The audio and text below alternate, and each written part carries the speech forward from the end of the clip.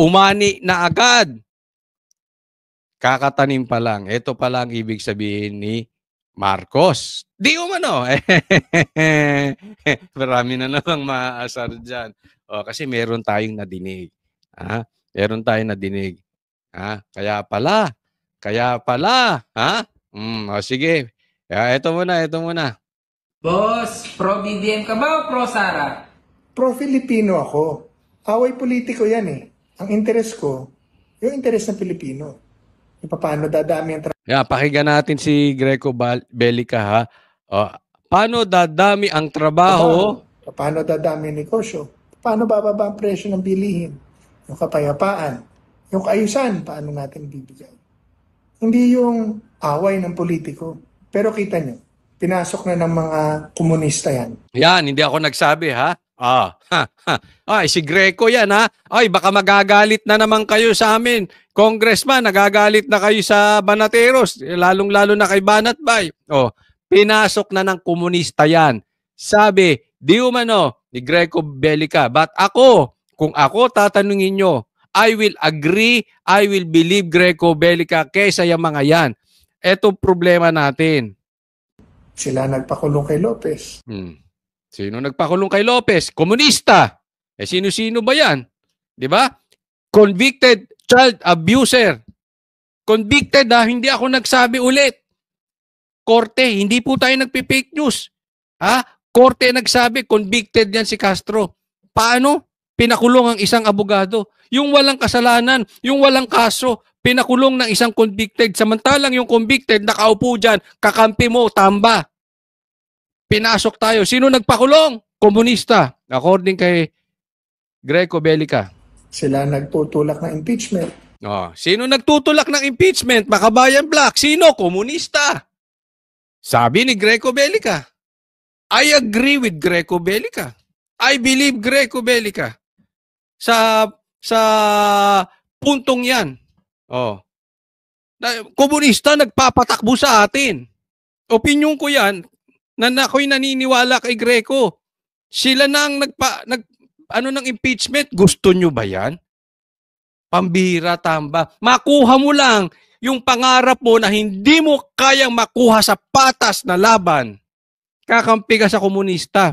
Alam mo ba, ang daming magagalit na sundalo niyan. Bakit? Ang daming magagalit na pulis niyan. Bakit? Kasamahan nila nangamatay. Dugo ang kumalat dahil sa mga komunista. Kakampi yan. Kakampi nila yan. Sinaktan ng mga pulis. Maraming pulis sinaktan dyan. Maraming sundalo. Tapos pababalikin nyo ng ganyan-ganyan para ano? Makaupo. Sa pangarap ni Tamba, ang laki na po nang nagbibigay na problema sa atin itong si Martin. Pambihira naman. Huwag mo sabihin, Martin, hindi mo tinuruan yan. The fact, okay, lilinawin ko. Kaya tinuruan mo, kaya hindi mo tinuruan, kaya kasabwat ka, kaya hindi ka kasabwat, being the speaker, hawak mo yung mga yan. You can do better than that. Anong klase kang speaker? Kaya huwag ka mag-excuse na hindi, gayahin mo yung pinsan mo, hindi ko alam, ayaw ko na impeachment. Parehas kayong peke. Kahit sabihin natin totoo yung sinasabi nyo, which I don't believe, pero for discussion purposes, kahit totoo yan, anong silbi nyo dyan, mga inutil kayo? Ayaw ni Marcos ng impeachment, tapos nakalusot? Wala kang kwenta, Marcos. Wala kang kwenta. Sabihin mo, ayaw mo ng hindi kasabwat. Ito sa Makabayan Black, si Tamba. Wala ka rin kwenta, Tamba. Kung totoo, ulitin ko, hindi ako naniniwala. I-discuss lang natin kung totoo. Wala kayong lusot. Bakit? Inutil kayo. Hinahayaan nyo yan. Bakit? Niyari na. Tinapos na. Pinahina na ni PERRD ang komunista. Alam mo namang kinalaban na yan ni BP Sara. Kaya galit na galit kayo kay Pastor Kibuloy. Kaya binanatan nyo si Pastor Kibuloy. Bakit? Dahil alam nyo, si Pastor Kibuloy at ang kanyang programa ayaw sa komunista. Ayaw niya. Para maging kakampi nyo yung mga komunista, kailangan banatan nyo si Pastor Kibuloy. Yan ang totoo. So kailangan kamutin ninyo ang likod, ang puwet ng mga komunista para kayo ay kampihan ng komunista. Para kayo magkampi-kampihan.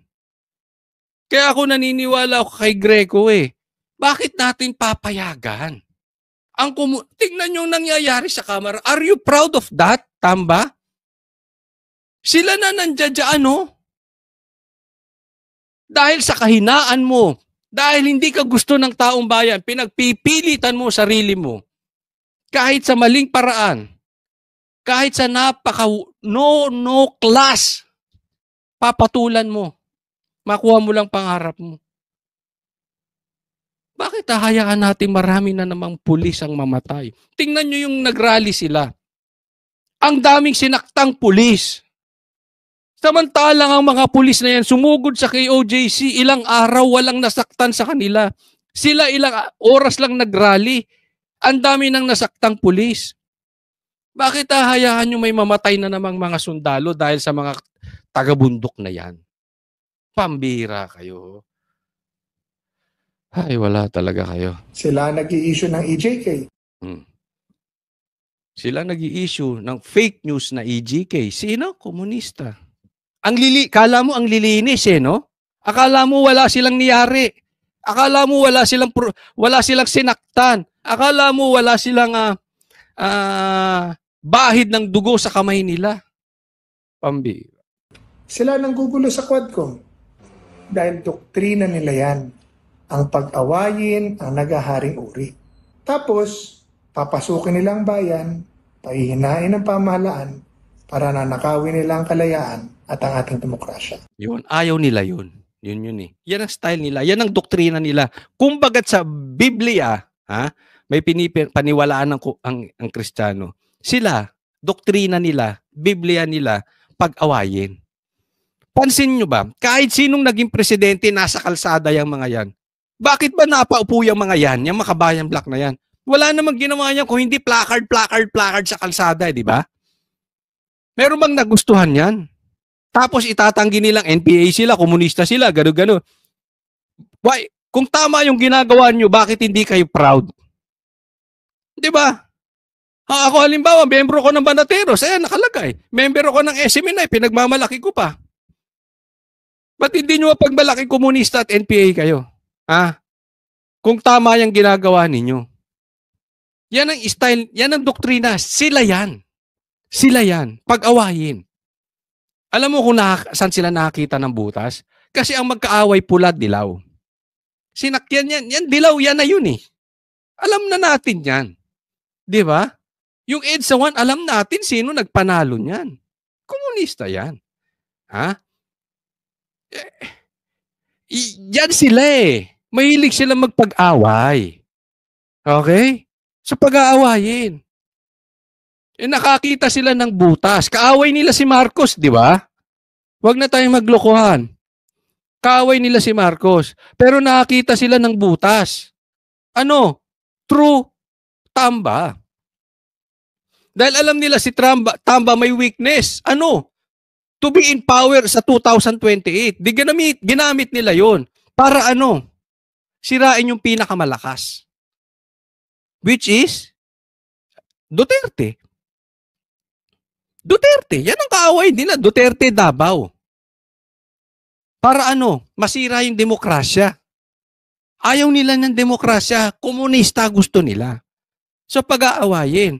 Binutasan. So naggagamitan sila. Bakit? Yan ang sinasabi natin. Patunay na talagang napakalakas ng Duterte dahil kailangan nila maggamitan at magkampihan for the sake na masira ang bansa basta hindi babalik ang Duterte dahil mauubos ang komunista, mauubos ang droga sa kalsada, mawawalan sila ng kita. That's the truth and nothing but the truth. Tama. I agree with Greco Bellica. Yan ang abangan ninyo. Yan ang bantayan natin. Tama, party list, BG, party list 98 sa balota. Pero I agree, I agree. Ako hindi ko pa alam kung